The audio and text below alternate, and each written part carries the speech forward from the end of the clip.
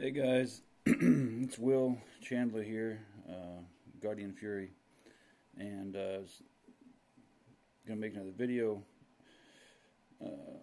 Are we in the last days? That's something that the Jehovah's Witnesses love to harp on. A lot of doomsday cults, which the Jehovah's Witnesses could definitely be classified as a doomsday cult.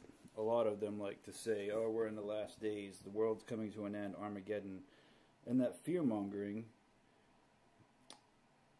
is one of the ways they get new members, they get money, is that fear mongering. People thinking, well, just in case I'll join this group, that way, I don't die at the end, that way I save my life or my family's life. And so it speaks to an irrational fear, and it's used to manipulate people and to get them in. Like, if you look through the Bible Teach book, one of the things that it starts talking about is the last days, or living in the last days. And one of the first things in that paragraph they talk about is, have you watched the news or the television lately? And then, have you thought to yourself, like, what is the world coming to? Well, that's fear tactics. That's sensationalism. The same thing they accuse the news of sensationalizing things, they accuse apostates of sensationalizing and lying about. That's the same exact tactic they're using right here.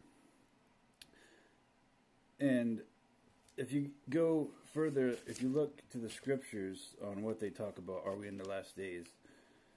One of them is, nation will rise against nation. Well, at this point in our history, in human history of the world, we're at near an all-time low as far as the violence, wartime violence, nation against nation. My dog's chewing on some bark or something, choking over here. There's been far less wars now, even though, yes, I know we've been involved in conflicts. But read a history book, a European history book. Look at all the changes in regimes. Look at the wars that used to happen on a regular basis. I mean, France and England, it was like a yearly party or something. They had to be at war with each other, right? It was like just one of those, oh, well, it's summertime, let's go fight, In our country now, especially in the developed world, we've seen there's I just can't stress it enough. Read your history. Do your own homework. Don't just take someone's word for it. Another thing is, there's going to be food shortages. Well, you look at this point in our history, and yes, there are places that have food shortages.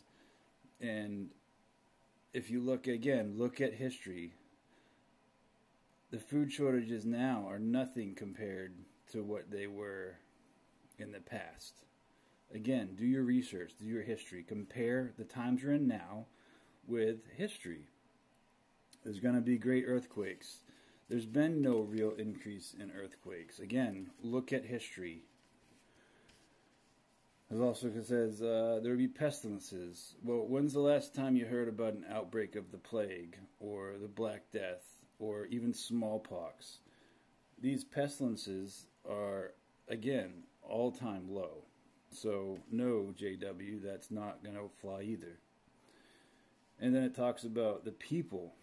What are the people going to be like in the last days? And they use 2 Timothy 3 to go into that. And look at these negative human traits that you can find anywhere throughout history. But also, at this point in our history, especially in the developed world, I believe that these traits are less and less common. From my view, for what I look at and examine things and look at the facts, and it is going to be subjective, because it's my opinion, but the viewpoint I come to is that these negative human emotions, yes, are still there, but there's more and more people fighting them and trying to be better. So people that are lovers of themselves, there's more philanthropic work now than at any other point in history.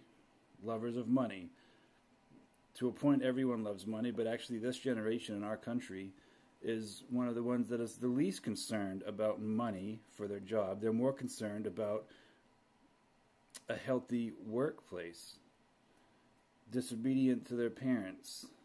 Again, show me proof that it's any different. Disloyal. Again, like, how many of these could you apply to Jehovah's Witnesses? Lovers of themselves. They love Jehovah's Witnesses. They don't love anyone else in the world. Lovers of money. Look at all the money that the Jehovah's Witness headquarters cult has accumulated. Having no natural affection, letting your children die if you're a JW. Without self-control. They have the Borg control. They can't seem to figure out themselves. Fierce. Okay, when I think of fierce, I think of like a Viking or something like that, right? A berserker.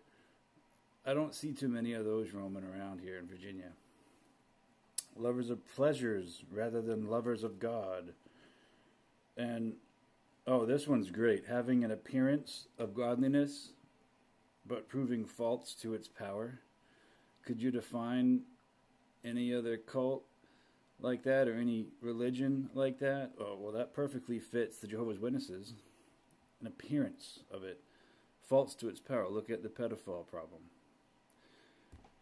I wrote, to expand on some of this, I wrote down some notes in a little notebook too. And if we look at the lifespan today, again, decades longer than it was, let's say, at the founding of this country in the U.S. If you lived to 40, for the run-of-the-mill person, that was pretty getting up there in age, right? Now it's double that. Now it's very common for people to live in their 80s and 90s, and you had to be upper echelon to make it that far. A couple hundred years ago, you had to be well off and wealthy, and have a fairly easy life to make it that far. We'll look at the Industrial Revolution and the advent of oil. What that has done for our entire globe. You now can make products on a scale that was unheard of before. That's the reason we have a population boom on the earth, is because of oil. It would have been unable to happen before, and now because of the oil, we're able to fund other projects from trying to make the technology to get away from oil. Again, that's all because of oil and the Industrial Revolution.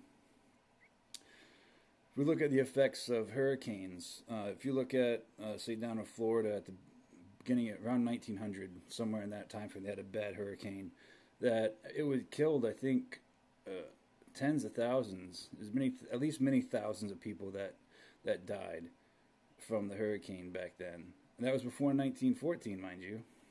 And now, if 8 people die in a hurricane now, that's like breaking news, and the president has to be fired, and everyone's a jerk. Like, look at the change in that. So yeah, is that showing the world getting worse or the world getting better?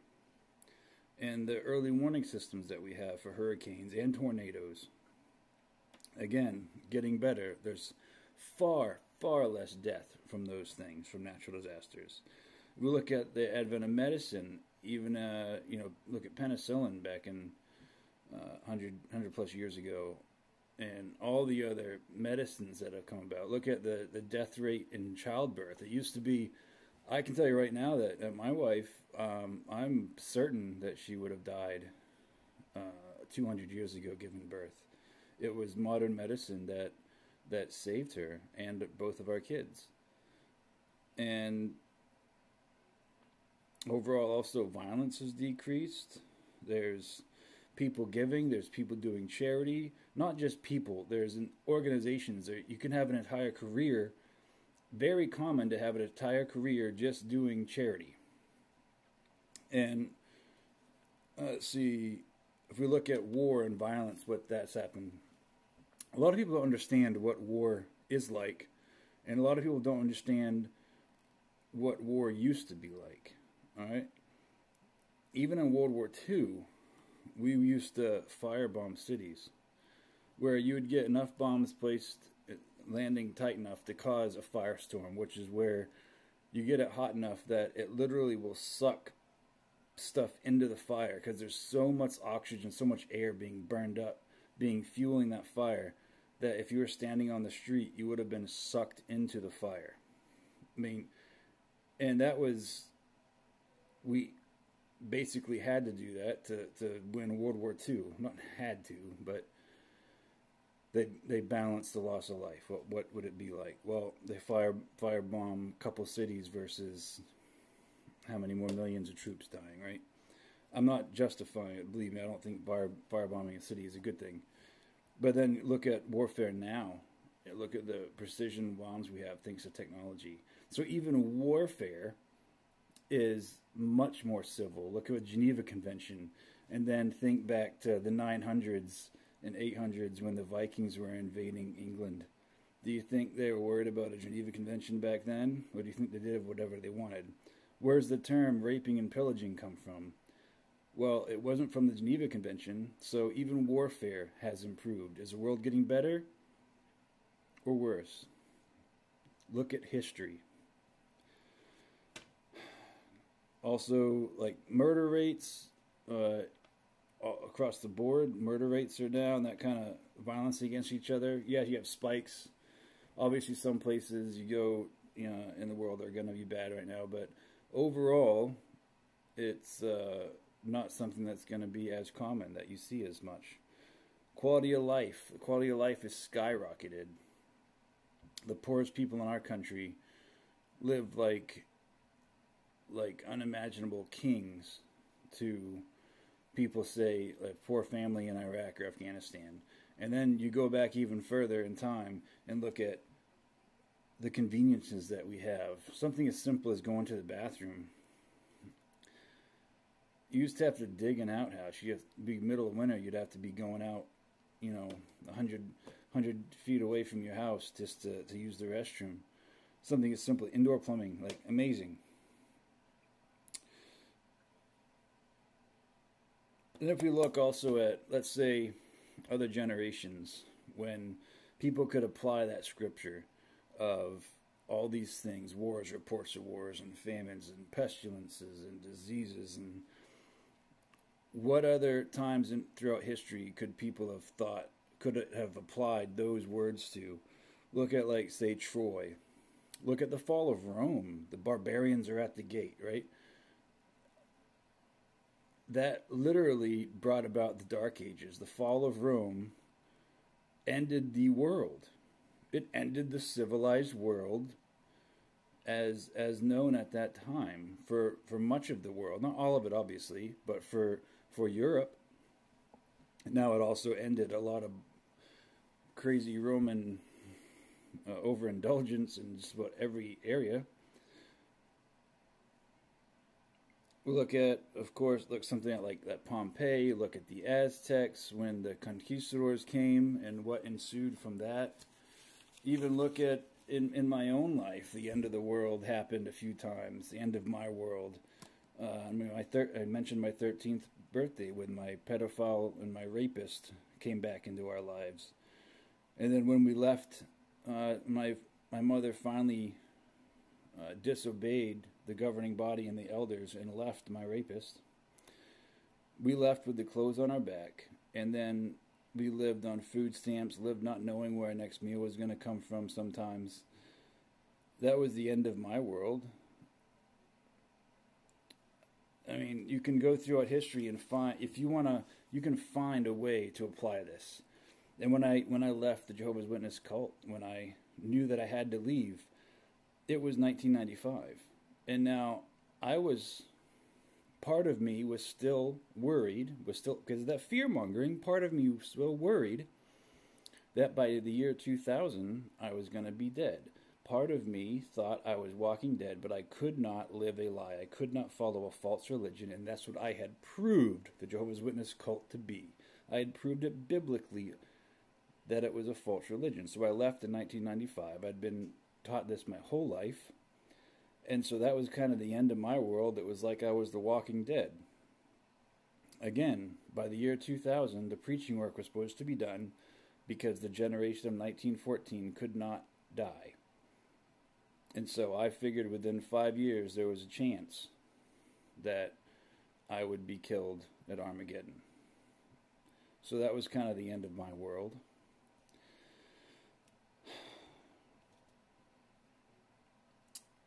If we look at the media too, on the way, if you look at a news report and that's where you get your understanding of the world and whether or not times are better or worse, then you're a fool. Because you need to do your own independent research and study and not just rely on someone that is making money off of ratings and sensationalism. Look at the Iraq War, Afghanistan, and you'll see, if you've been there and you actually know what's taken place there, there is a million times better things that happened over there than what the news media talked about. All of the philanthropic work done by the military, by the U.S. military, a lot of times we weren't soldiers. A lot of times we were just helping people, doing charity workers, helping to rebuild someone's house, or helping someone to get a business off the ground, teaching people skills, building schools, building infrastructure so people could have indoor plumbing. There's almost a satellite dish on every single mud hut out there in Iraq now. All the cell phone towers, all the electrical, not the like the power company stuff, the lines and the power plants themselves. The U.S. military helped build that entire country. Granted, we had blown a lot of it up, but then what's there now is an upgrade from a lot of what was there before the war. So, and then you look at the health care that we provided to families, to kids, to women, and treated them as equals. And the media didn't report that. How many of you know about all this, all the good things that were done? Probably not many of you. Especially if you were Jehovah's Witnesses, most of you probably didn't join the military like I did. Even something like the weapons of mass destruction. Define a WMD. Well, under UN terms, all the components for a WMD have to be within a certain radius of each other. So let's say you have 3 parts to this weapon of mass destruction. If you are able to have it so that they're out of a certain radius. Let's say they're a mile out of the radius. 2 parts are within the radius and 1 part's out of the radius of how close they have to be to each other to be classified as a WMD. Well, time after time, they would be found like just outside of that radius. And we also know that a lot of the WMDs went into Syria. We also know that some of them were found. Why was that not reported? Or why is it something that's known in the government, yet it wasn't on the networks? And you can verify what I'm saying. You don't believe me? That's fine. Check me out. Not me, don't check me out. But check my facts, right? Do your research and figure it out. So, no, the news is not a reliable source to find out whether or not we're in the last days. And yet that is the fear-mongering used by the JW cult to try to indoctrinate someone into their cult.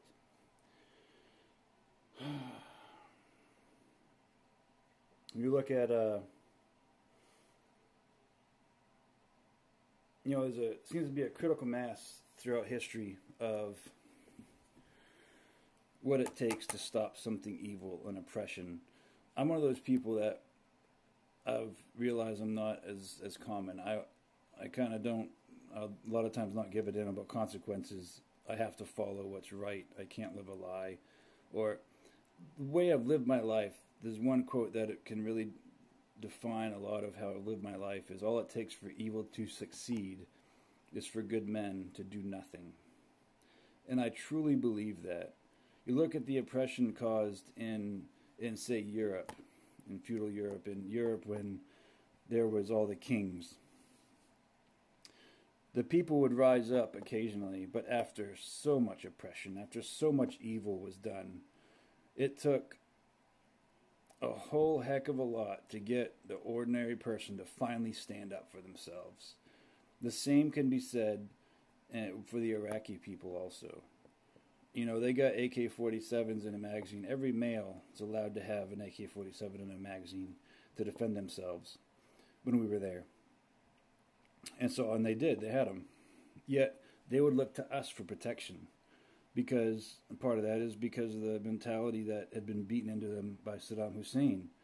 You know, people would disappear all the time. If you said, sneezed wrong, the secret police would come get you and you'd never be seen again. I'm kind of getting way off topic here. I don't mean to go into the wars and stuff like that, but my whole point is with this video is that